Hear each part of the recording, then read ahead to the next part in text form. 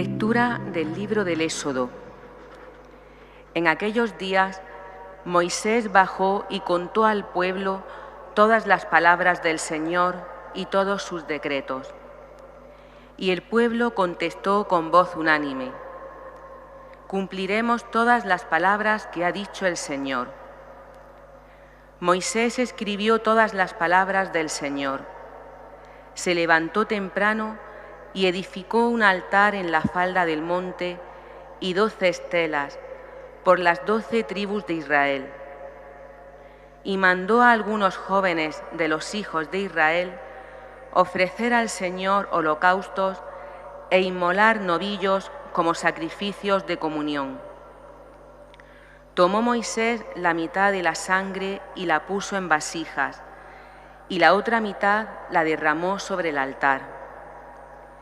Después tomó el documento de la alianza y se lo leyó en voz alta al pueblo, el cual respondió: haremos todo lo que ha dicho el Señor y le obedeceremos. Entonces Moisés tomó la sangre y roció al pueblo, diciendo: esta es la sangre de la alianza que el Señor ha concertado con vosotros, de acuerdo con todas estas palabras. Palabra de Dios. Lectura del Santo Evangelio según San Marcos. Gloria a ti, Señor.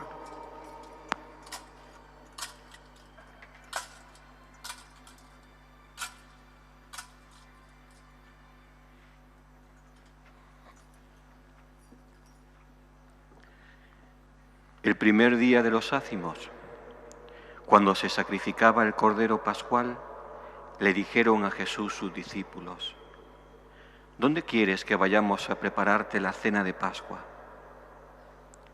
Él envió a 2 discípulos diciéndoles: id a la ciudad, os saldrá al paso un hombre que lleva un cántaro de agua. Seguidlo y en la casa donde entre, decidle al dueño: el maestro pregunta, ¿cuál es la habitación donde voy a comer la Pascua con mis discípulos? Os enseñará una habitación grande en el piso de arriba, acondicionada y dispuesta. Preparádnosla allí. Los discípulos se marcharon, llegaron a la ciudad, encontraron lo que les había dicho y prepararon la Pascua.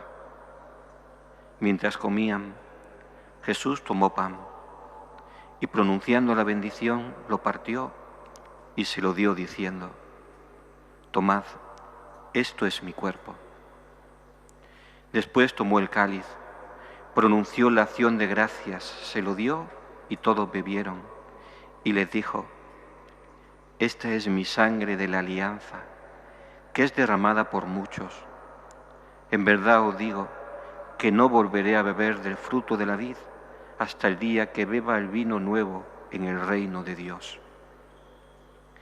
Después de cantar el himno, salieron para el monte de los olivos. Palabra del Señor. Gloria a ti, Señor Jesús.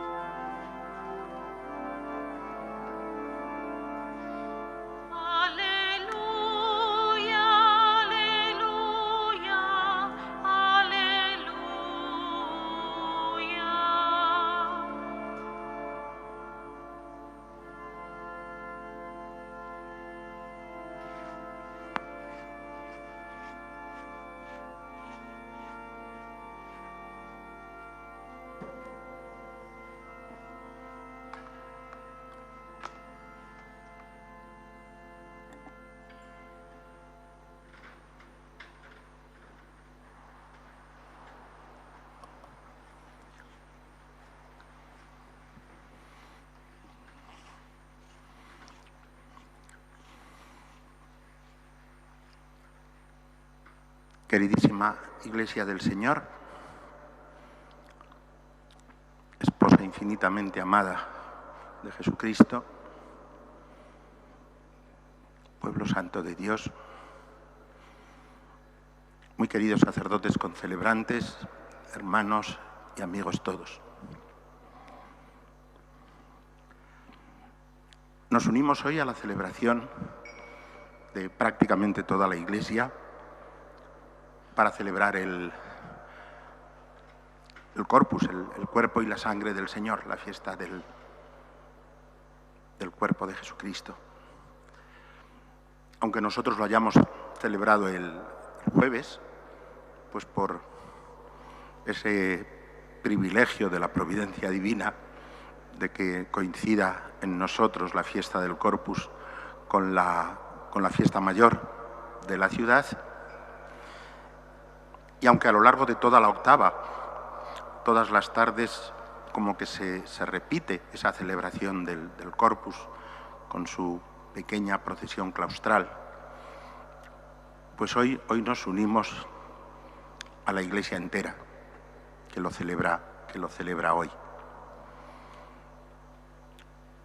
Y es una celebración bellísima, porque es como, terminado todo el año litúrgico, celebrar en un solo día, en una sola fiesta, en un solo momento, pues toda la acción redentora de Cristo.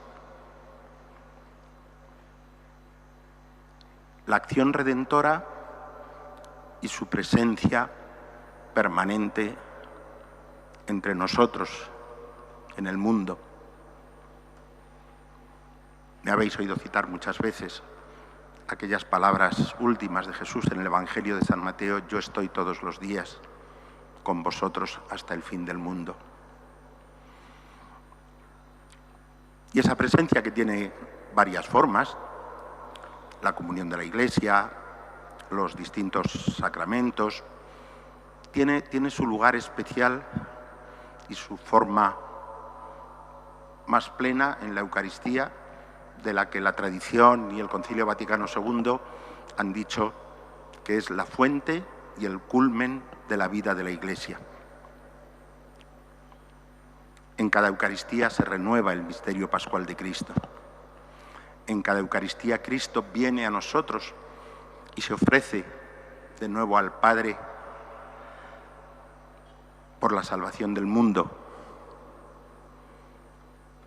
De hecho, también me habéis oído decir muchas veces que Cristo no ha venido principalmente, y me importa mucho subrayarlo en estos días, Cristo no ha venido principalmente para ser adorado,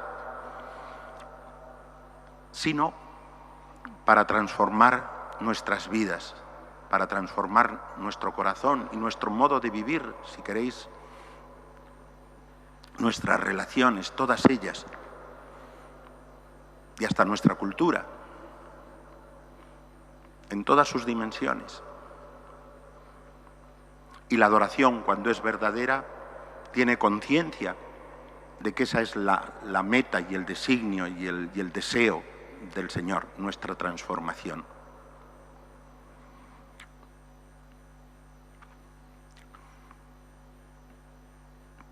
Celebramos hoy, y las dos lecturas, las tres en realidad, nos recuerdan la alianza que hizo primero el Señor con el pueblo de Israel allá en el Sinaí, todavía tomando muchos elementos de las culturas de alrededor y del entorno prácticamente pagano en el que vivían, y cómo el Señor luego, a lo largo de la historia de esa alianza, ha ido purificando y educando a su pueblo hasta culminar en esta nueva y eterna alianza que Él realiza en su propia sangre, en su propio cuerpo, donde Él es al mismo tiempo el sacerdote, la víctima, la ofrenda que se hace al Padre y el don de comunión para su pueblo.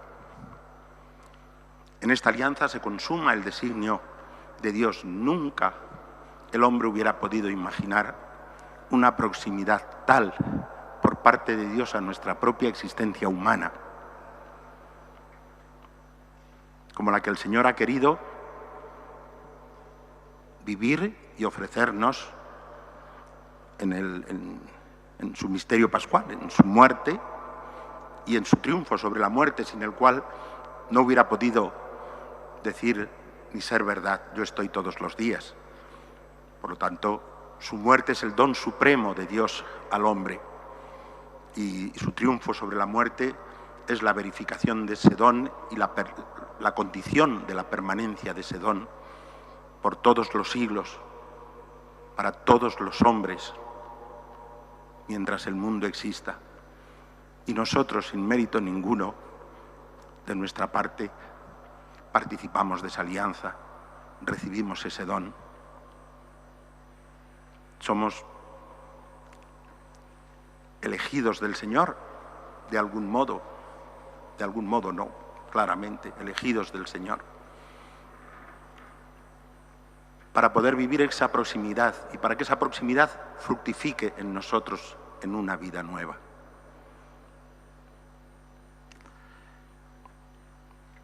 Dejadme subrayar un pensamiento que está ligado al nombre mismo de la fiesta.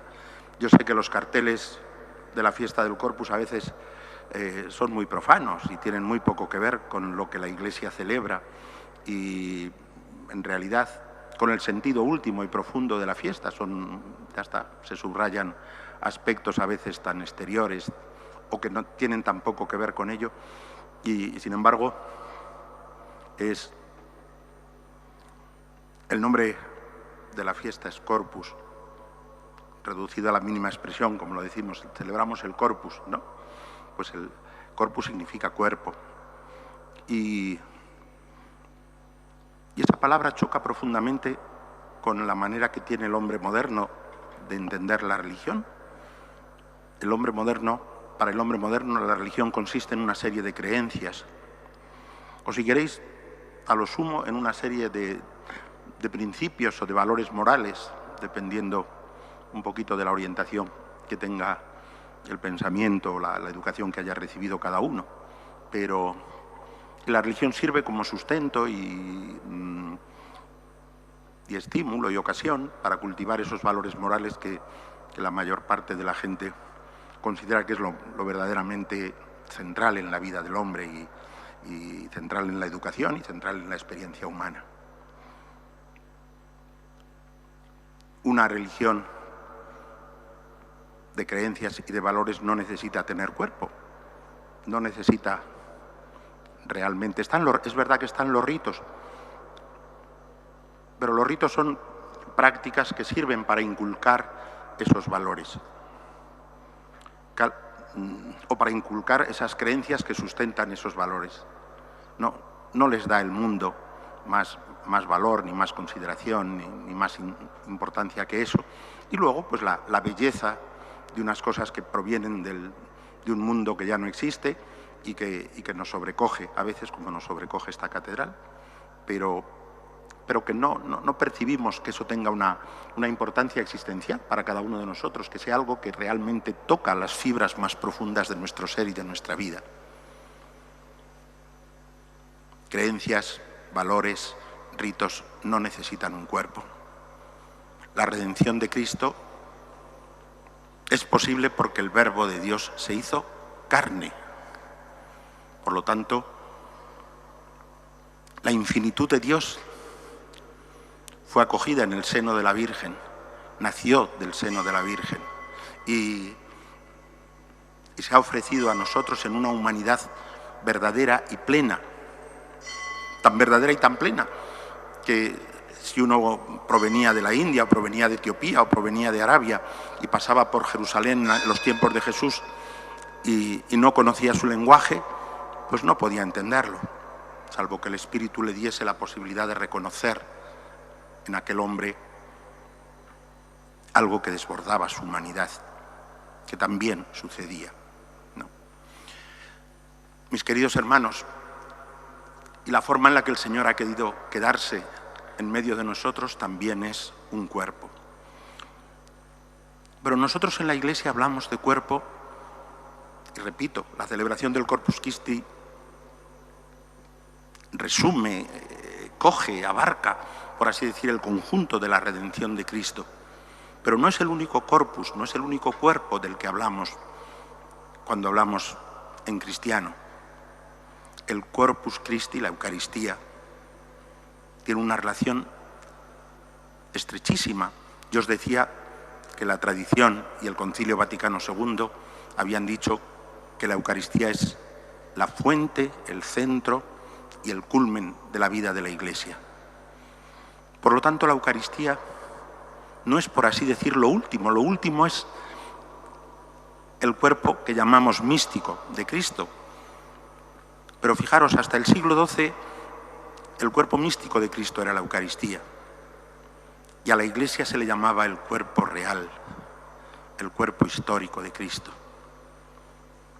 La Eucaristía, que es el culmen de la vida de la Iglesia, que expresa el misterio de la Iglesia, que expresa el amor infinito de Dios en Cristo por todos los hombres, por cada hombre y por cada mujer, y el designio de salvación de Dios para toda la humanidad, encuentra su realización en la vida de un pueblo nuevo, en una vida de relaciones nuevas, que se llama Iglesia. Desgraciadamente, la cultura en la que vivimos subraya tanto el carácter individualista, el carácter privado, además de todo lo religioso, etcétera, como para que eso quede tan en el trasfondo que muchas veces no tenemos conciencia. Dejadme decíroslo, el cuerpo de Cristo es la Eucaristía. Claro que sí, sin ese no existiríamos. Pero el cuerpo de Cristo somos nosotros, es nuestra comunión. Es el pueblo cristiano. Y cuando digo pueblo cristiano en este sentido, también lo digo en el sentido del concilio, que abarca a todos los que formamos la Iglesia, antes de los distintos ministerios y de los distintos estados de vida y de las distintas vocaciones. Yo formo parte del pueblo cristiano y nada me hace más orgulloso que sentirme parte de ese pueblo del que todos formamos parte, en el que todos participamos y desde el que todos decimos a Dios Padre, en la gran novedad que el Hijo de Dios ha querido compartir con nosotros, es decir, en la gran novedad de la vida divina que habita en nosotros y que permanece gracias a la Eucaristía y gracias al otro sacramento del Jueves Santo, que es el sacerdocio, la sucesión apostólica, el primado de Pedro, el ministerio sacerdotal, gracias al cual la Eucaristía también llega a nosotros. No separemos los dos cuerpos, seamos conscientes de que celebrar el cuerpo de Cristo es celebrar el cuerpo de Cristo, es celebrar el sacramento de la Eucaristía y su presencia en la Eucaristía, pero es también desear que esa presencia llegue a nuestras vidas, penetre, por así decir, las fibras más profundas de nuestra humanidad y de nuestro ser y cambie nuestro corazón, nuestros deseos, nuestros pensamientos, nuestras acciones. Y sobre todo nos haga sentirnos parte de ese cuerpo.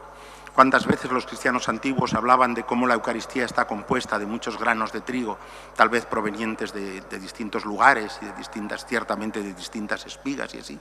Y aplicaban eso a la vida de la Iglesia, también nosotros.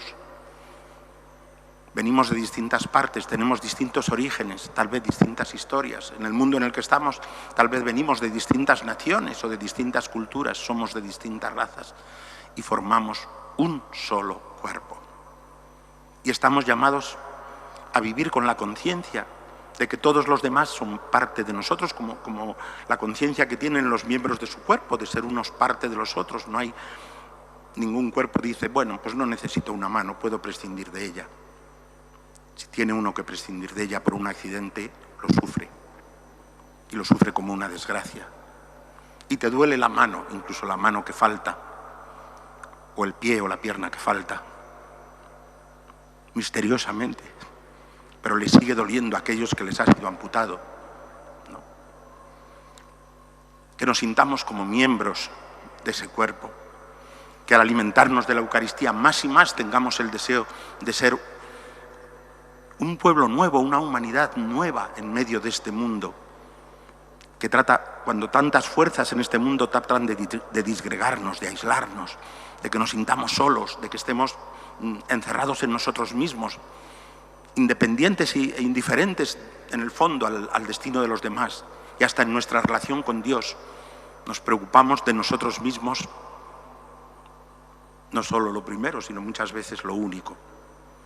Mis queridos hermanos, damos gracias a Dios por el amor infinito de Dios revelado y entregado a nosotros en Jesucristo. Claro que se las damos. La vida entera es demasiado corta para darle gracias por ese don que es Jesucristo y su Espíritu que nos hace hijos de Dios en Cristo, hijos en el Hijo. Y al mismo tiempo le suplicamos que si somos hijos y tenemos la certeza o la confianza y la esperanza de ser herederos, que podamos vivir como hijos del mismo Padre, que podamos vivir como miembros del mismo cuerpo y que el mundo pueda ver en nosotros una forma de vida que no se explica porque seamos simpáticos o porque seamos creyentes o porque tenemos esta manera de pensar o porque tenemos este tipo de valores que que ha inculcado el cristianismo a la cultura de Occidente, etcétera, sino porque somos miembros los unos de los otros y porque queremos que en el mundo brille esa novedad que introduce la fraternidad, que introduce la amistad, que introduce el amor como categoría suprema de las relaciones humanas y como modalidad suprema de la existencia humana, a todos los niveles y en todo tipo de relaciones, también las comerciales, también las económicas, también las políticas. Los papas han hablado muchas veces de la caridad política, es decir, del amor a un mundo que le llevó al Hijo de Dios a la cruz, conociendo perfectamente cuál era la situación de ese mundo, cuál era la situación, de la misma manera que hoy se nos da, conociendo perfectamente cuál es la condición y la situación de nuestro mundo.